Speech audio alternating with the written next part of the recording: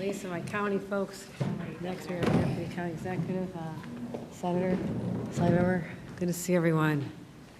Well, I'm very pleased to continue my conversation on AI hyperscale data centers right in my hometown. And I know it's really been important. It's taken up a lot of the news coverage, and I want to thank John Flynn for hosting us. One of my early times having a chance to see you and congratulate you on your position as supervisor, but it's good to be home. And I'll say for generations, New York has been a real driver of change. We embrace it. We love to be first. We always view ourselves as a place for great ideas are formulated and innovated. But right now, the winds of change are blowing in with like hurricane force winds. I mean, this is extraordinary. What we're seeing is perhaps the most significant economic upheaval in history. What is happening with artificial intelligence. And it's changing the way we work, the way we live, the way we communicate, and it is just having a profound effect, both positive and negative. And the question isn't whether we should be embracing AI. We do. We use AI every single day. I've used AI to rethink our government and came up with thousands of recommendations by asking people to use this as a tool to evaluate policies and rules and regulations and look at all the fees and that with the public giving us 4,000 ideas and now AI coming up with thousands of ideas. I have a blueprint to really just think about what we're doing and whether a lot of what our laws are antiquated. And AI was able to go through 18 million words in a matter of a very short time, probably something that would have taken 5 or 10 years to do at the human level. So I'm all on board. Just want to be very clear about that. We're already building the largest supercomputer dedicated to artificial intelligence and public good right at the University of Buffalo, at my direction. This is called Empire AI. People are coming from all over the country to be able to use to harness this power as we innovate new therapies for cancer and to think about how we track climate and weather, as we've seen us get hit with so many strange weather events in the last few years, particularly. So I want to make sure that people know, we can use it in a smart way. But you also have a few other dynamics. One is the disruptive effects of AI. I've also held roundtables with people who've lost their jobs. Not that they thought they'd lose them to artificial intelligence, but their boss literally laid them off and says, I'm replacing you with artificial intelligence. So these are people who maybe studied computer science, were on a career path that they thought would sustain them and their families for a long time, and the shock value of that is significant. So I've convened a group of thought leaders from industry and labor, technology, academia to talk about the future of work in the era of AI and finding out the most vulnerable professions, also how we get people into the jobs that are going to be sustaining and give people a basic level of AI competency. And I hearken back to what happened to this area after Bethlehem Steel closed down and the Ford plants and the GM plant downsized, and all of a sudden so many people were displaced and did not have an alternative, and I want to prevent that from happening coming off of that knowledge base. And so that's why we're doing so much there. But as we embrace AI, we also have to look at the impact on communities. 14 years in local government right down the road, always has me thinking about, what does this do to our community? And these hyperscale data centers consume an enormous amount of energy. There's no doubt about that. And in a time of limited resources, I have to make sure that whatever we do here is not going to increase the utility rates for our residents and our businesses that have already made this our home. And so that is top of mind for me as well. They use giant tracts of land. Some would be a good use, better than had been there before, and some would be a very bad use. The water that's consumed, the noise that's generated. So last week I signed the nation's first moratorium, one-year moratorium on building these hyperscale data centers, just to give us some breathing room to slow it down, because right now I have over 30 projects before us in the state of New York, and if I powered every one of them, you would not be able to turn on the lights tomorrow. That's how serious this is. So we have to be thoughtful about this, really thoughtful, and that's what I'm excited about doing over this next year, working with state agencies, elected partners and others. So I don't just want to be first, I want to be the first in the right way, and that's been my challenge here. Also, a couple more points before I get a chance to talk to all of you. I want to make sure that there is a robust community investment framework. I've seen what they do in other states. I want to make sure, especially when they come to our smaller communities that don't have a large enough planning department and economic development team and all those who would know everything that they could be asking for, that they're not getting the short shrift, that they're getting everything that's possible and more, and just being thoughtful. And I have a lot of ideas on this space, whether it's direct contributions to the localities, their government, whether it's building, maybe helping build infrastructure, contributing to the grid. I want to make sure that you contribute to grid reinvestment.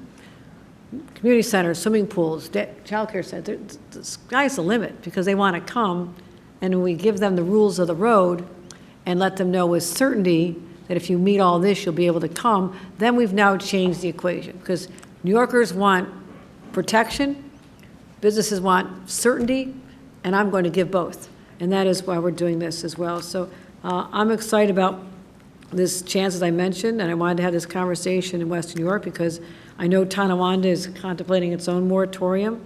There's a large data center proposed for the Tonawanda Coke site. And as currently proposed, and maybe this has changed, it would use the power from that would be the same amount of power consumed by the towns of Amherst and Tonawanda combined. That has to come from somewhere. That's just the reality check here. That's the reality check. So I want to hear about this. Some of you have, I know Frank understands what it's like to live near one of these facilities. I'll be hearing from Frank in a couple minutes. Ted's concerned about the lack of jobs they might cause and what happens if they close. Melissa's worried about the electric use and how we'd like to see renewable energy as part of this.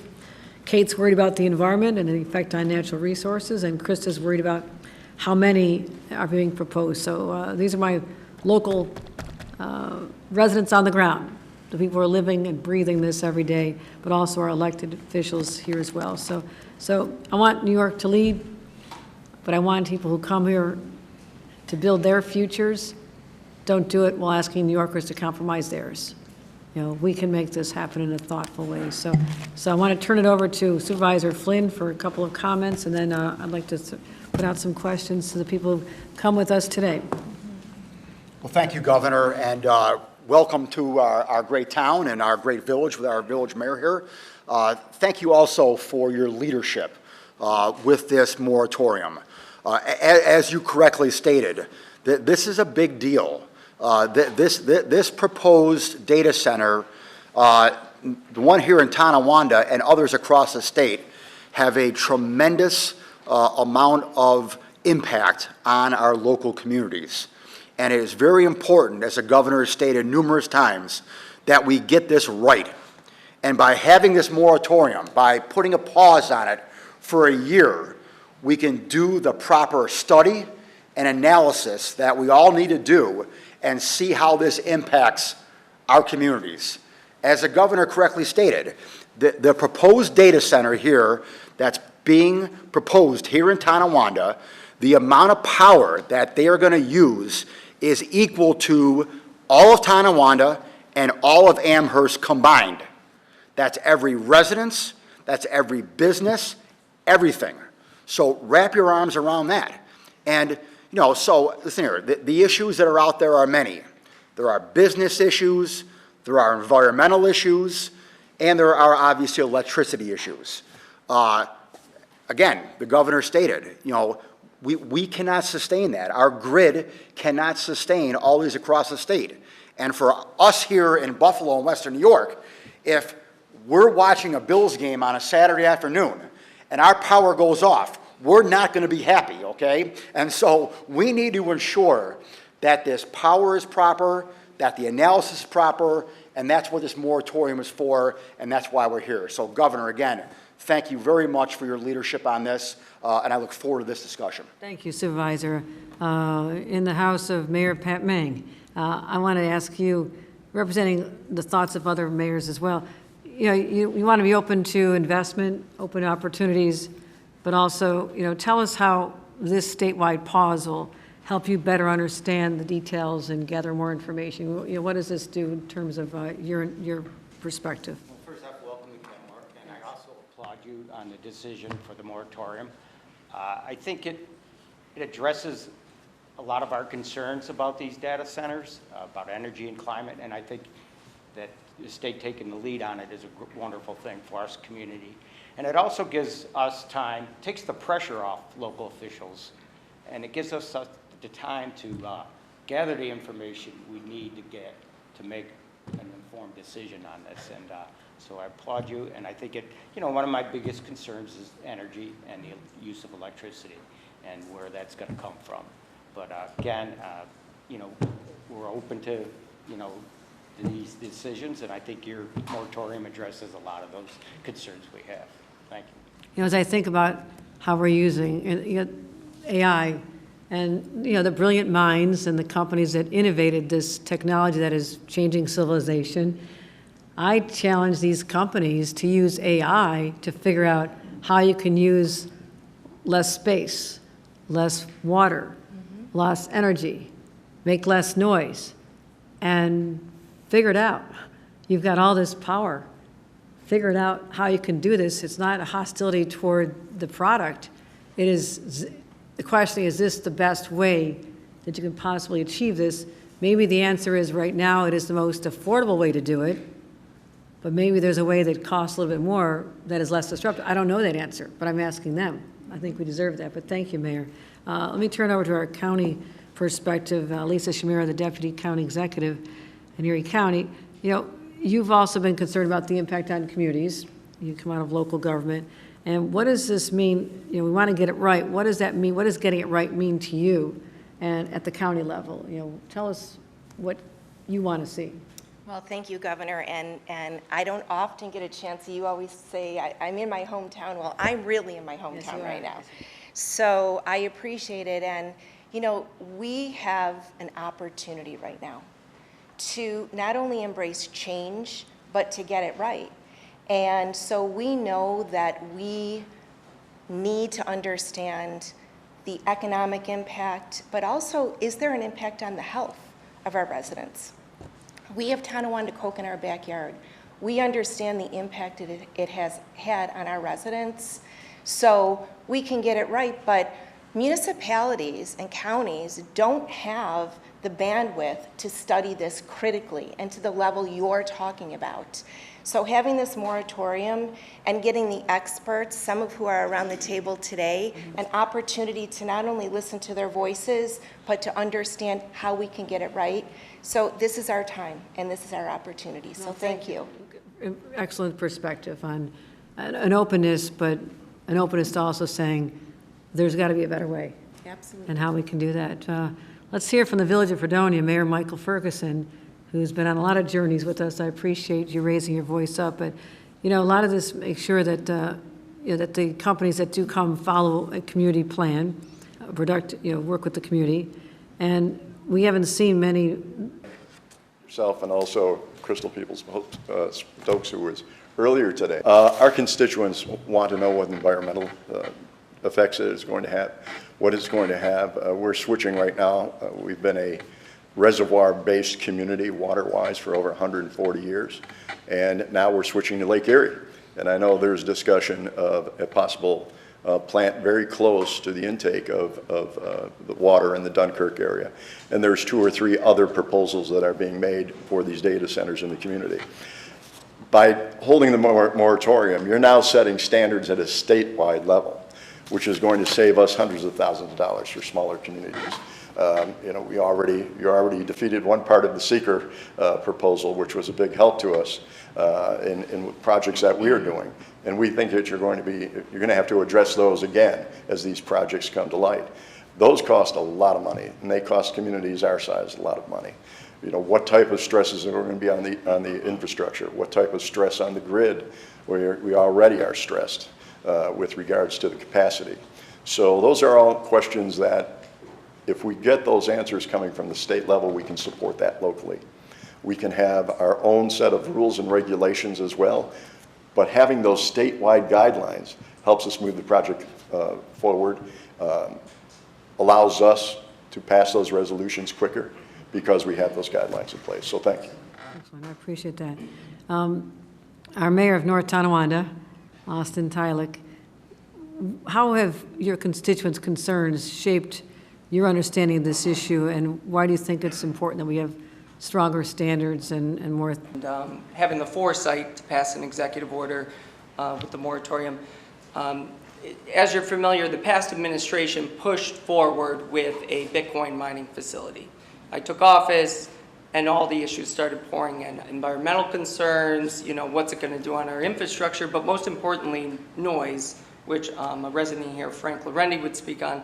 But noise has really been one of the major issues we've been dealing with for the past 4 years. And, locally, it's a lot on a municipality. It's a lot on our planning, it's a lot on our zoning, our attorney's office, our police enforcement.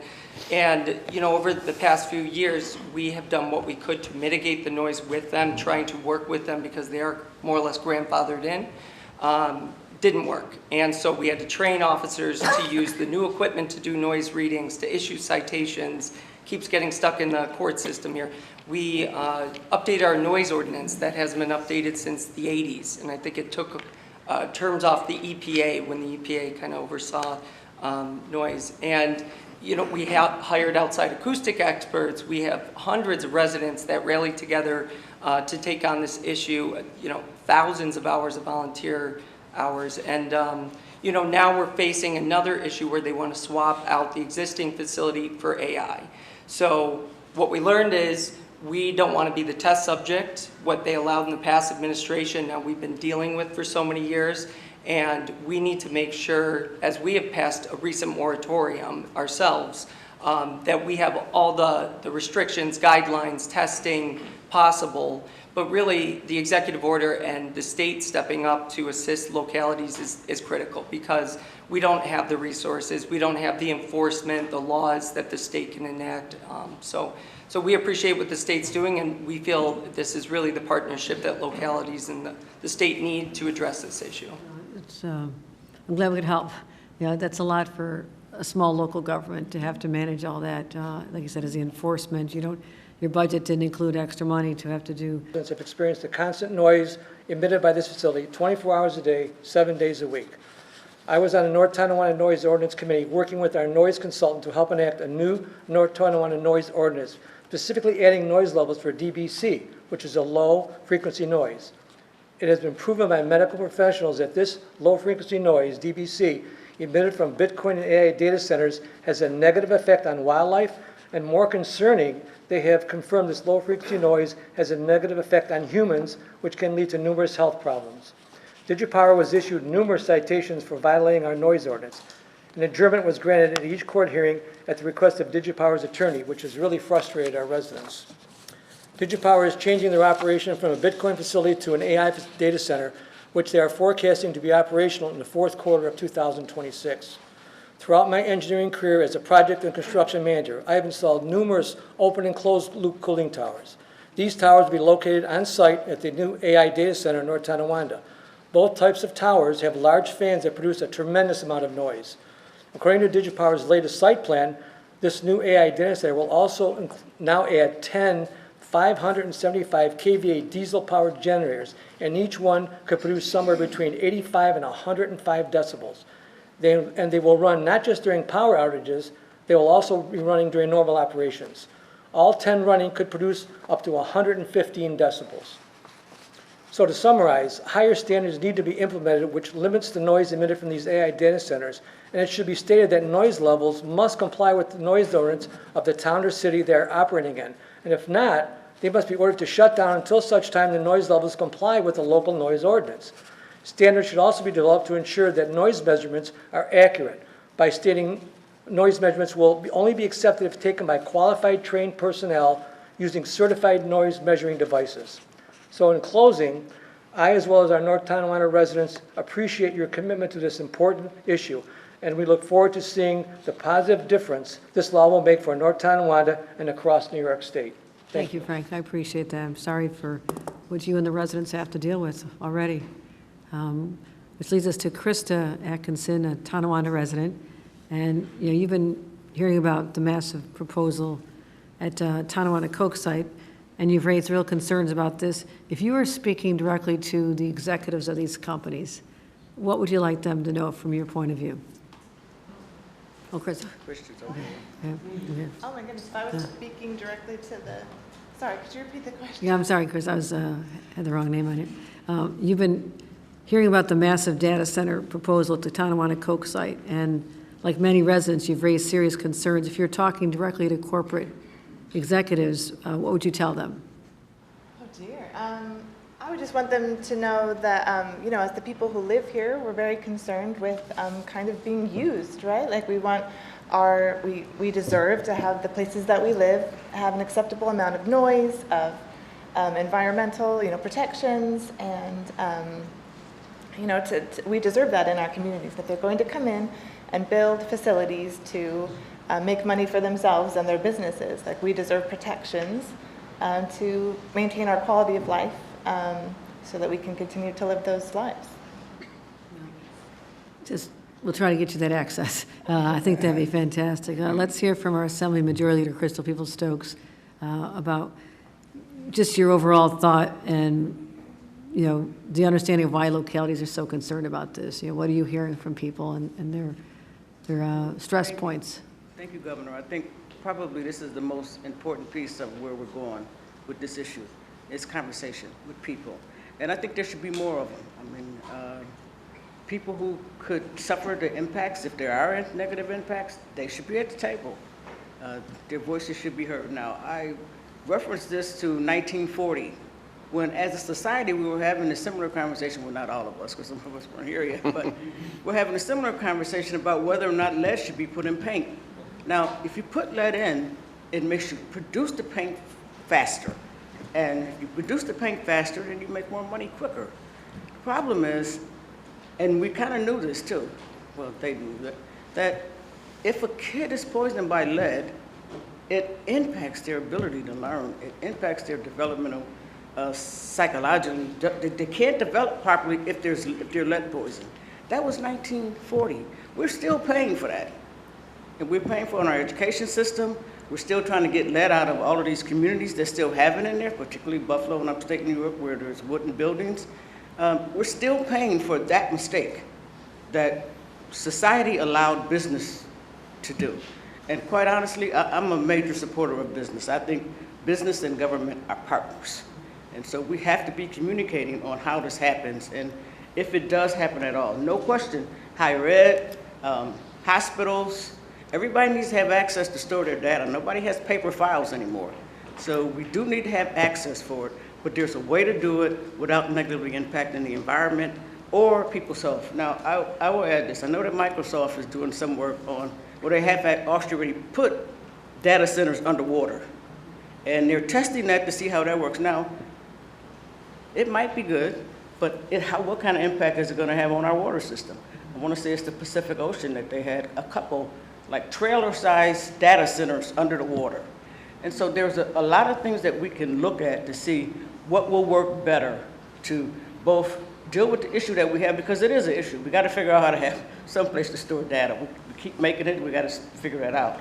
But we also have to have every bright mind at the table to figure out, we can do this, the business will work. It will not impact the neighbors. It will not impact anybody's health in the future, and we will still have clean water, and we will hopefully still have great air. And we will not have to pay for the cost of them and their electricity needs. So thank you for doing this. No, I appreciate your voice and the historical perspective to this larger question about there are jobs involved with these, but, you know, how do we find that balance? Yeah, well, I appreciate you listening to all of us. Those of us that represent the Tonawandas have had a lot of feedback from the residents and the citizens of this community to tell us, please slow down, please slow down. And it's a testament to your leadership that you got this done last week, and we're very proud of you for doing that. You know, I started hearing from my colleagues in the Senate from around the state that there were these groups coming in and kind of almost forcing themselves on these communities. So what you're doing is pausing here to put this framework in place, put some guardrails in place to slow that down. Because this project in Tonawanda, at least These folks are talking to the community, they're talking to our community groups, they're talking to our elected officials and trying to get it right, because we're going to have to get it right one way or another.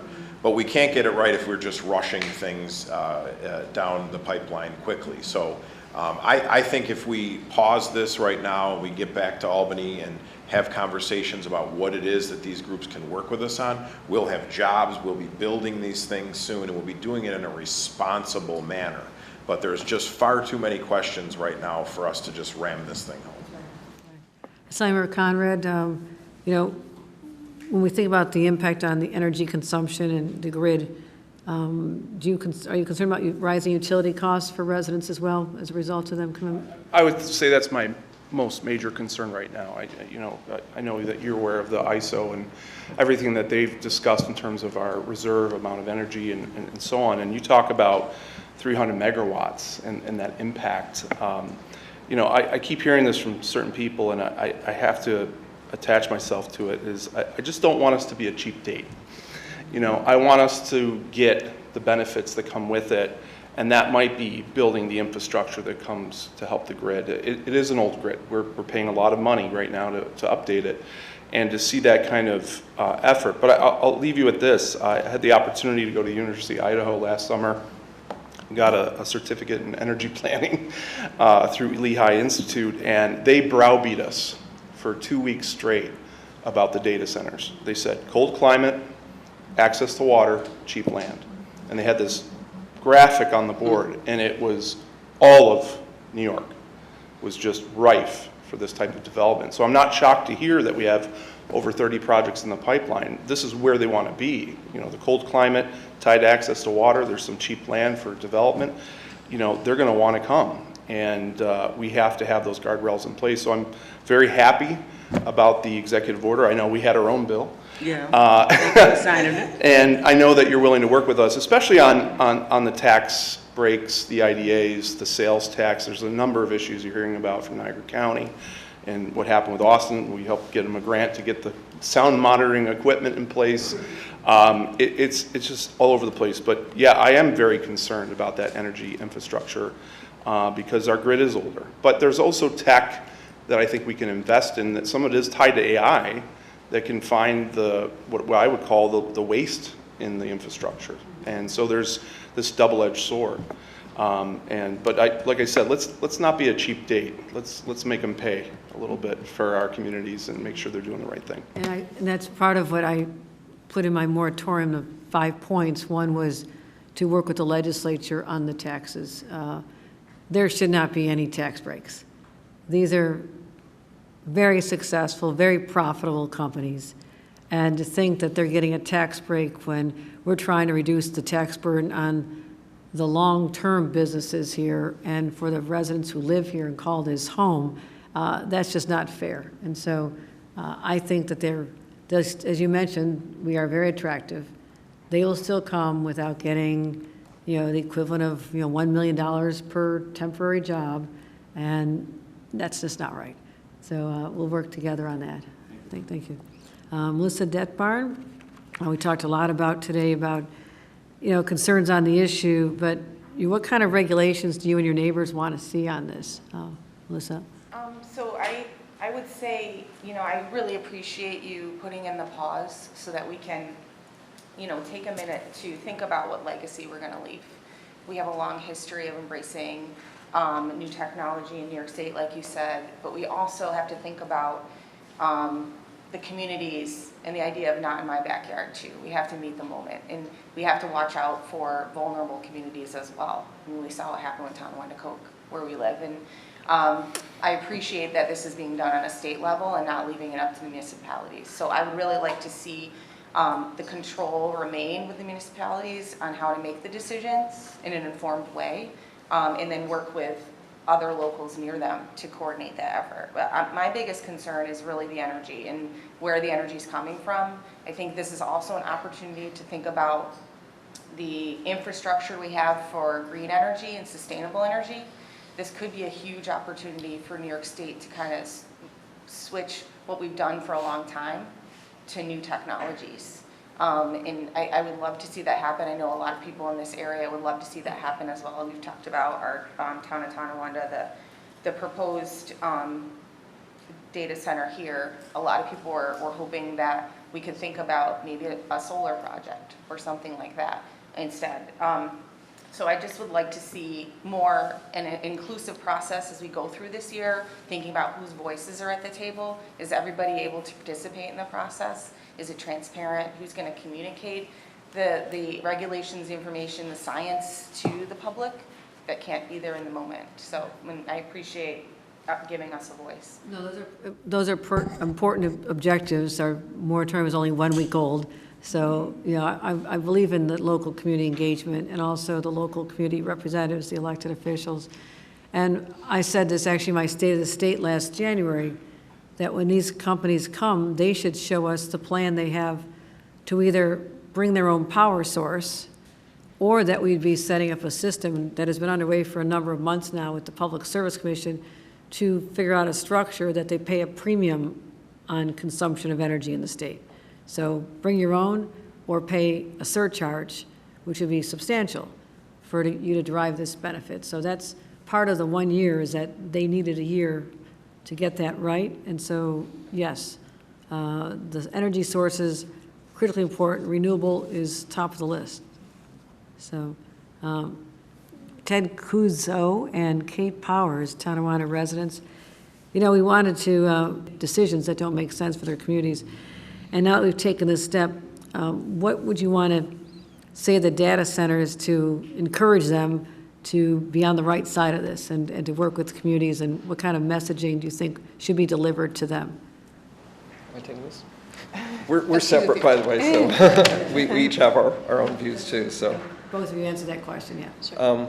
So for me, one of the big things is I'm very concerned about the environmental and the infrastructure issues, and I feel a lot of people are talking about that, but the jobs one is one that I'm very concerned about, because they do sound like they're going to bring a lot of jobs, but they're not. Like right now, even the Genesee County Economic Development Center, I've got to refer to my notes here, they're talking that the stamp facility, as big as it is going to bring only about 125 permanent jobs. The one that, and in general, the numbers that people talk about is that it's basically 1 full-time job per megawatt for these AI data centers. And most of them are maintenance, groundskeeping, security. They're not great jobs. And just put it in perspective, when the Sumitomo rubber plant closed in November 24, we lost 1,500 jobs. So 125 jobs or even 200 jobs replacing 1,500 is nothing. And you brought up the tax abatements, and I thought this was a scary one.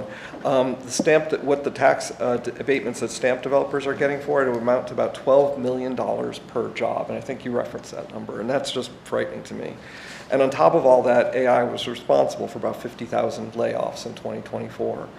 And people were talking about some of the construction jobs, but we're not sure they're going to be local jobs, because a lot of them do require specialized skills. They could be bringing people from out of town. And the other thing that, in a way, a lot of people kind of are saying this will bring technology to the area, but I don't feel it will, because most of these data centers I've seen proposed, they're actually, what's the actual phrase here? They're going to be leasing space to remote tenants. So we're going to build the factory, we're going to build the warehouse, but other people are going to be using it. So we're not actually bringing technology here. The Binghamton Center is a place that is using technology, and they're actually researching data centers. I think that's great, because I do feel like, kind of how you were saying, I don't know if AI will bring the answers, but we do need more answers before we move forward. And one last thing I do want to really point out is that AI is still new. This is a bubble. There's so many companies pursuing this, not all of them are going to succeed. So if we do pursue all of them, we're going to have a ton of failures across the state, and we're going to be the people who are going to pay for it, between the economic problems, the infrastructure problems, and the cleanup afterward. So what I'm actually hoping that would come out of this is that you can either strengthen your moratorium actually to make sure a lot of this doesn't come through, or to actually sign the bill that went through before, because I really do think if we get real jobs and real revenue for towns, that's a great thing, but we also can't do it at the expense of the environment or infrastructure. I had the same questions about what happens when technology changes, and they can do it maybe cheaper underwater, as you said, or in space, or the scale is dramatically different, and they walk away. It just reminds me when I was on a town board, the year that Walmart wanted to come and free to take a field and make a massive center, the same year they had shut down 60 nationwide, and those were all just had tumbleweed through the parking lots. And so, or the Bethlehem Steel plant. I referenced this earlier, that when Bethlehem Steel closed down in 1982, we're still looking at the skeleton of this building.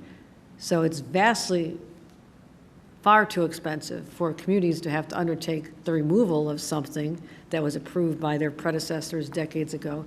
So what happens when technology evolves quick enough, whether these have a different source altogether, they don't need these sites? What happens to the community and the land and the degradation that happened during the time when they were in use? And so this is on my mind during this process as well. I want answers to that.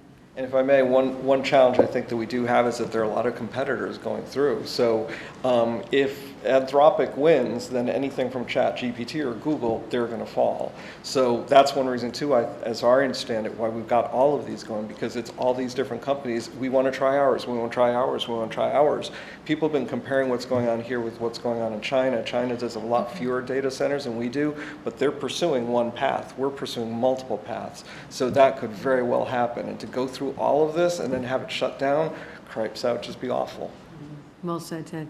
Kate, last question. You can wrap. So you posed the question before, Governor, about what would I say to the people who are doing this, and I would say essentially what you've said with your moratorium, which is slow down. There's a false urgency here that comes with capitalism very often. It's that race to be first, and you don't make good decisions when you're scrambling like that. This is an environmental justice issue, as Melissa said. It's not a simple, not in my backyard in town of Tonawanda. I don't want this in anyone's backyard. I don't want anyone else to go through what we heard Frank describe. There are real impacts in terms of light pollution, noise pollution, and to me, one of the most compelling issues in Western New York is that we are guardians of one of the largest sources of fresh water in the world. Yes, right. And we can do something better with it than boil it away to satisfy Elon Musk and Sam Altman. We have got to do better. You mentioned that about the rules of the road earlier, and I guess I would offer that I think that the rules of the road need to be strict and clear, and they need to address these environmental and public health issues in a really transparent way. I think we need exhaustive environmental impact analysis before any of this moves forward. Some of the AI executives want to say, oh no, but now we've got these closed loop data centers and they use less water. And it's true, they use less water, but they use more energy because they rely on these mechanical chillers and fans. And then there's also the risk with the closed loop systems that they will leak, and they will leak biocides and glycols and PFAS into the soil and into the watershed.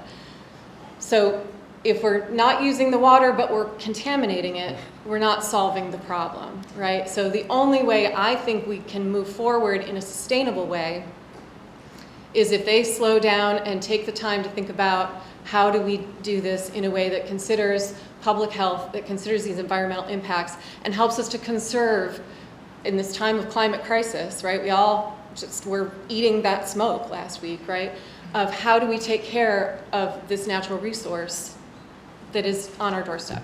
Well said, well said. As someone who grew up on the shoreline of a very polluted Lake Erie growing up, unrecognizable from what it is today. It's amazing, but thank you and thank all of you for just even giving us your initial thoughts, what you've experienced, and how we can be supportive of communities, which is really, really important to me. How we can make sure we're listening to the residents who have very legitimate concerns. As someone who got my start in local office by bringing the person who brought all the petitions to the town board and trying to stop projects I didn't think were good for my community, trying to get them to go in the right place. And so I appreciate the energy behind it, not just for yourselves, but for a community that where people can always come to meetings like this. And so thank you, everyone, for participating in this.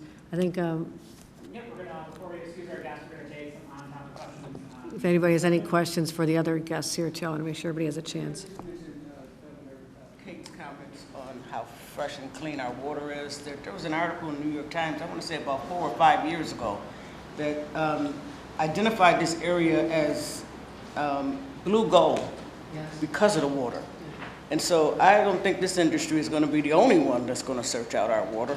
There'll be others. And I think we have to protect it well into the future for our... That's right. You've heard the conversation. Anybody want to comment or ask questions, or certainly while we have our guests here? Yeah. Hi, Governor. Dale Shoemaker from Investigative Post. You were talking earlier about how you don't think that tax breaks are right for these data centers. I'm wondering, however, if you think the ban on tax subsidies should extend to industrial development agencies, because a lot of these data center projects are being subsidized by the local IDAs, sales taxes, property taxes. I don't want to tie the hands of the local IDAs when it comes to more job-creating enterprises that they desperately need to expand their tax base. So I would say I would limit this to the AI data centers, the hyperscalers. That would be my recommendation. Spectrum? Seth Voorhees from Spectrum News. I just wanted to know, in your eyes, where does that legislation that the state legislature passed, is that something you're still considering signing on top of this? We're looking at it with to the process that my friends in the legislature know. When I get 700, 800, sometimes 1,000 bills, many pass, hundreds pass in the final weeks, my team, my legislative team, my policy team, and my legal team, we all sit together. I've had many hours already. When you don't see me out coming up for air for a long time, I'm usually in a room going through literally line by line of every single bill. So we're going to take the time it needs, but I also realized I need to do something sooner, because when I stepped back and saw that we had the 30 projects, it was almost a flood the zone. These companies came in quickly, and even one county, St. Lawrence County, there's 5 proposals that would consume all the power that would be generated from one nuclear plant, which I can use now to help power much of upstate New York. And so I said, put on the brakes for now. Let us have the breathing room to analyze all the elements of what the legislature passed. They spent time on it, and I appreciate that. But also, this gets us the space I needed to help the localities that are under pressure right now. Matt?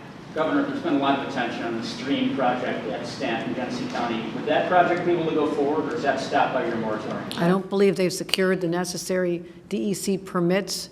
Those facilities that have received the permits can go forward, but I understand, and I don't know if anybody on my team wants to correct me on that. Ken, do we know? Yeah, I don't think they've secured the, and I will check on that, but any facility that has the permits that have already gone through the process, because we have to make sure what we do is legally sustainable, will hold up in court. But I don't know that that one received the DEC permits yet. I don't think so. I know DEC is looking into how it would be impacted. Right. I just don't know that they had their permits already or not. Governor, it was brought up about financial viability. If these long-term, these facilities all of a sudden would say, okay, there's other technology out there, we can use that more effectively. And I believe Supervisor Flynn has raised that as a concern too. Is there any way to hold their feet to the fire, do you feel, when you're hearing some of these proposals, meeting with some of these people, that they would be able to say to a community, okay, if we do close this down, we're able to do this or help environmentally, anyway, clean up, things of that nature? Let me tell you what I did almost 30 years ago on the town board in Hamburg, when we were starting to see applications for these large cell towers, these giant structures that every single company wanted everywhere. And there was outrage about what they were doing to the landscape, and people relying on cell phones, yes, but I researched and I came up with the toughest law regulating cell phone towers in the entire state. Part of it included what we called the performance bond. They had to set aside money, because I raised the very issue. Someday when your technology becomes more sophisticated, this structure is obsolete. I don't want my town to have to pay for the removal.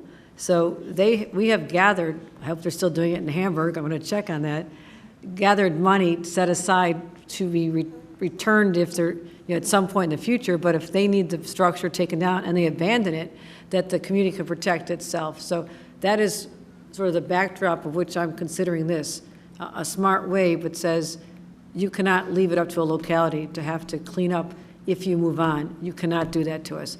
That would be grotesquely unfair. And time for one more on topic. Dale, wrap up. Sorry, Governor, just to clarify here, you said that you don't want to hamstring the IDAs, but also you don't like the subsidies for hyperscale data centers. The Stream project in Genesee County, that is a hyperscale data Right. center being subsidized by an IDA. Right, I'm right. wondering if you think that's appropriate. Right, so right now, the state law allows that. What I want to do, and I can't do this by a moratorium, I have to do it in concert with the legislature.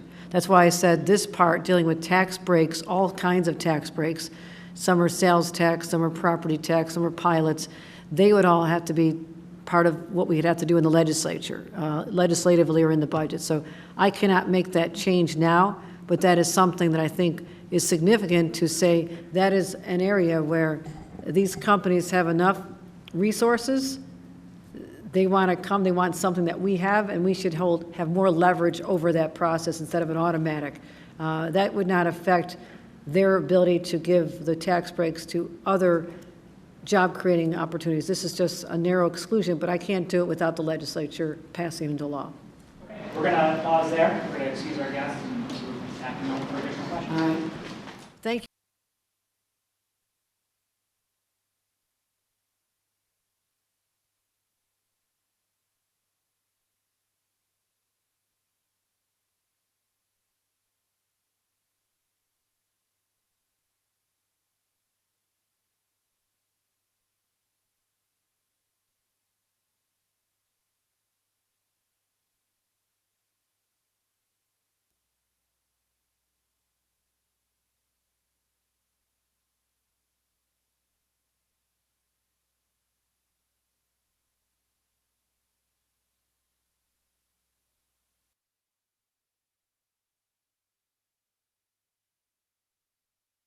Expansive in our thoughts of sports. It's been a great summer.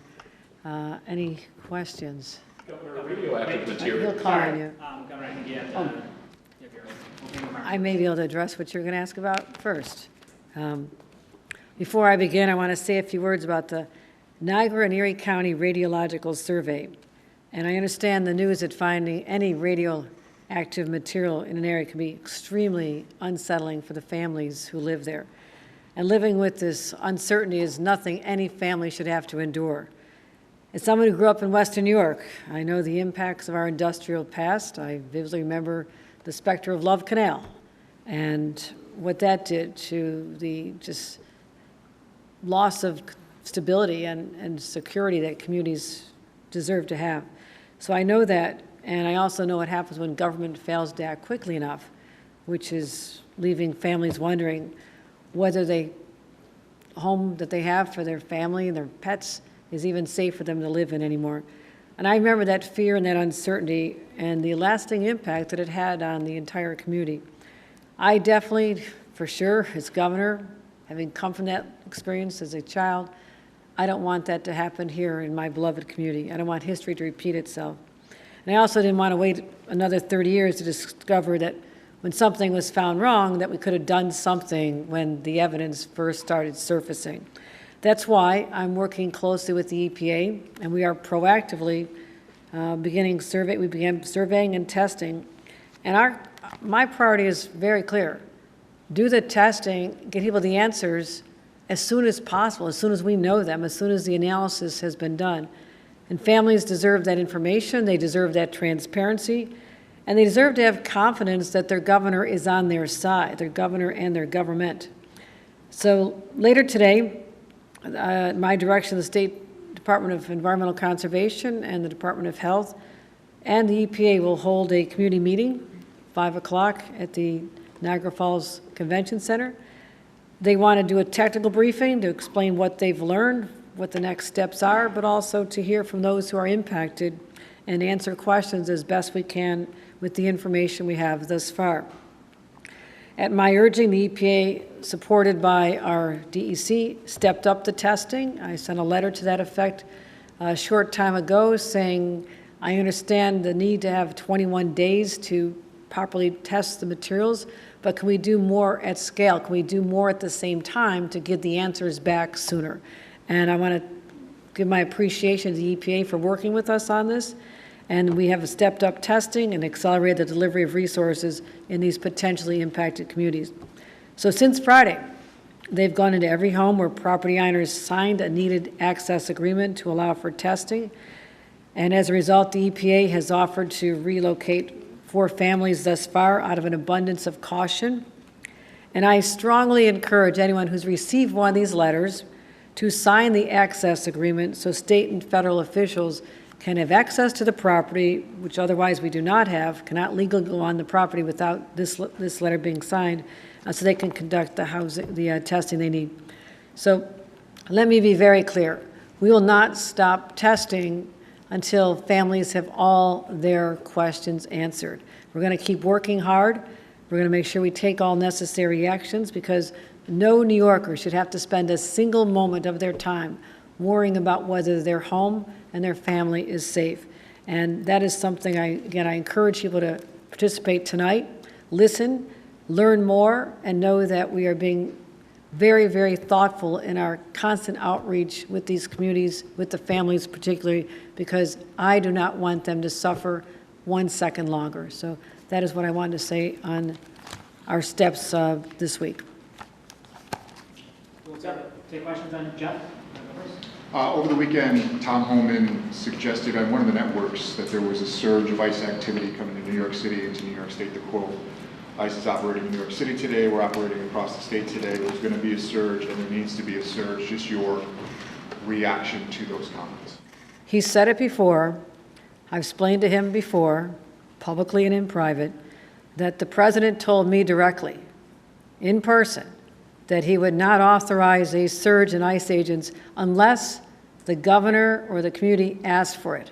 And he looked over at me, President Trump looked at me and said, unless Kathy asks, I'm not going to do it. So I encourage Tom Homan to talk to the big boss and ask him his position, because I am not giving that invitation nor that permission. So that answers that question. Governor, earlier this year you signed the bill to unmask ICE agents. I've been trying via a FOIA request to get their names and their salary information, but I've been denied it in return. I'm wondering if you think that the public should know the names and the salaries of the ICE agents who are doing these arrests in our communities. No, I'd like to know more importantly than what they're making. I want to know what their training is. I think we've seen a failure in the appropriate training that should occur for anyone in law enforcement. I hired scores of police officers in the town of Hamburg. I still hire police officers. They had to go through 6 months of an academy. It is rigorous. 6 months to be a state police officer. It is rigorous. They are told when to stand down from conflict, how not to shoot into moving vehicles unless you are directly threatened. So I believe what has happened in their haste to just ramp up the number of people that they stick a gun in their hand and say, you're now an ICE officer, that they have neglected the training that all of us would come to expect and deserve. And that is why we've seen thus far, at least, I don't even know how many there are, because the stories keep coming out about how many residents of our country have been gunned down, unarmed individuals gunned down by ICE agents. So I support the mask ban because, listen to this, no other level of law enforcement wears a mask. FBI doesn't, DEA doesn't, they go into difficult situations. State police don't, local police don't, sheriffs don't do it. Why do they need to hide themselves other than it is nothing short of an intimidation tactic to harass people? So that's what's more important to me. Governor, if we could ask... Did you call on it? Ron? Yeah, sorry. The Buffalo School District. Last week we've seen a lot of turmoil. I know the state of New York provides, I believe it's $800 million, you can correct me, out of our state budget. A lot of money going in there. Do you feel at some point the state of New York, the state education department, may have to go in there in some way, shape, or form with the school board, which is independently elected, just as we've seen in the Rochester City School District with a state monitor or somebody, in essence, to provide oversight in some way, shape, or form? No, the allegations and the misconduct are very egregious, and I condemn sexual harassment in all of its forms, full stop, and this should not be going on. I'm very much aware of it. The state education department is already engaged. They're under a school superintendent receivership right now, so there is more connectivity with the state education department and Buffalo School District than in most districts, so they are involved in that. In terms of any thought of a takeover, that has to happen from approval from the legislature. That can't happen by just a dictate, and I don't know that it warrants that.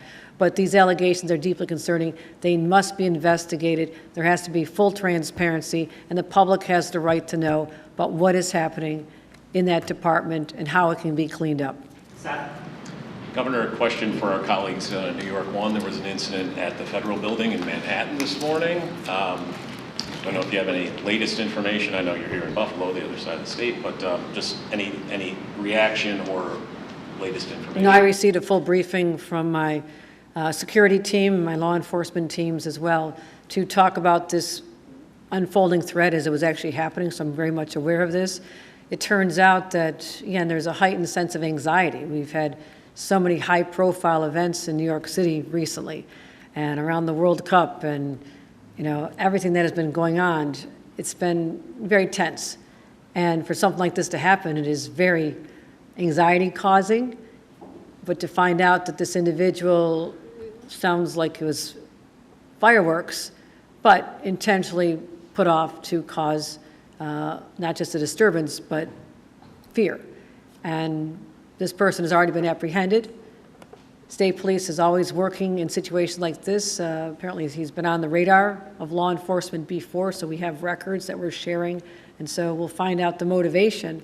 But it's absolutely unacceptable to try to create terror in any location in our country, but certainly outside a federal courthouse.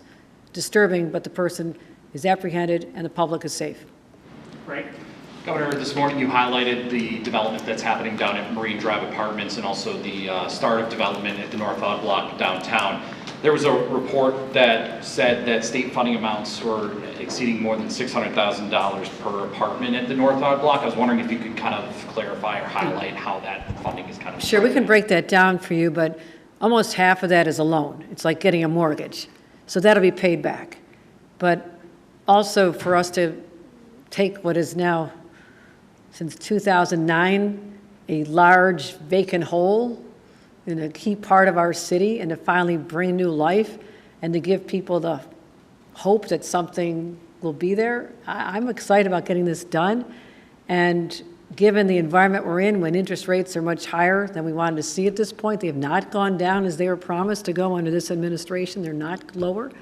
It has made the cost of capital very expensive. It is hard to get a loan for projects like these. And so in order to look at the specter of either leaving it vacant till sometime in the future or to use what I'm bringing to this a sense of urgency because I need more housing built, that we would give the subsidies, but again, half of it is in the form of a loan which will be repaid back.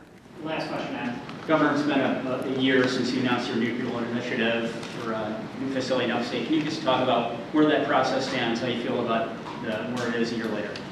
I feel very good about it, and I'm proud I took that on, especially with the even more recent challenges we have in providing energy. The cost of utilities are far too high. I want to make sure that we're building part of my all-the-above approach. Important part of that is nuclear. So what we've done so far is had continuous conversations with the administration in Washington because they have approvals of projects like this.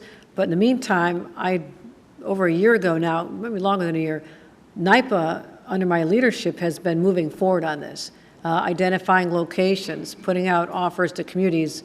I think 8 communities raised their hands, would like us to build nuclear there, assessing the viability of each location, coming up with development partners in this, who the off-takers are, like a Micron, upstate New York, wants more power because they're talking about expanding even bigger than the biggest private sector investment in our nation's history. They want to go bigger than that. So I'm very focused on creating more power. Nuclear is at the cornerstone of it. The federal government has a long-term loan program from the Department of Energy. I've spoken to Secretary Chris Wright. I've spoken to the members of the President's Energy Dominance Council, of which Secretary Burgum from Interior is one of the co-chairs. Talked to him about it, talked to the President. I want this to happen, and it has to happen soon. And there's no reason why it takes 10 years, which has always been the the runway, we're told, which is why it discourages people from doing it. I said we can deal with that. 7 of those years are at the federal level, so maybe they can do something with respect to the fact that there's new technologies now that are far superior to the plants that were built back in the 60s and 70s. And by the way, we still have plants from the 60s and 70s that are functioning very successfully. Up on Lake Ontario, in the county of Oswego, we have 3 sites, 4 reactors, and that's one of the reasons why upstate New York has such clean energy. It is hydro and that nuclear that are powering upstate, and our emissions are dramatically lower than you see downstate, where they eliminated nuclear within Indian Point a few years ago. So we're very much on it. I spent a lot of time talking about this, especially, you know, with this demand for data centers, et cetera, and now major companies like Micron expanding, and the supply chain opportunities are enormous. But the bottom line, I want more power to reduce the cost of energy in the state. And also, lastly, small modular reactors, still very much on my mind. We have an agreement with the Premier of Ontario to share technology with what they're doing there. And I look at projects like the very expensive nuclear project they did in Georgia, for example. I'm working hard to make sure that we don't get sucked up into those high costs either. There's a smart way to do it, so I'm looking at everything that's happened before, bring it together to make sure we do it the very smartest, best way as soon as possible in New York. All right, thanks everybody, appreciate you coming out.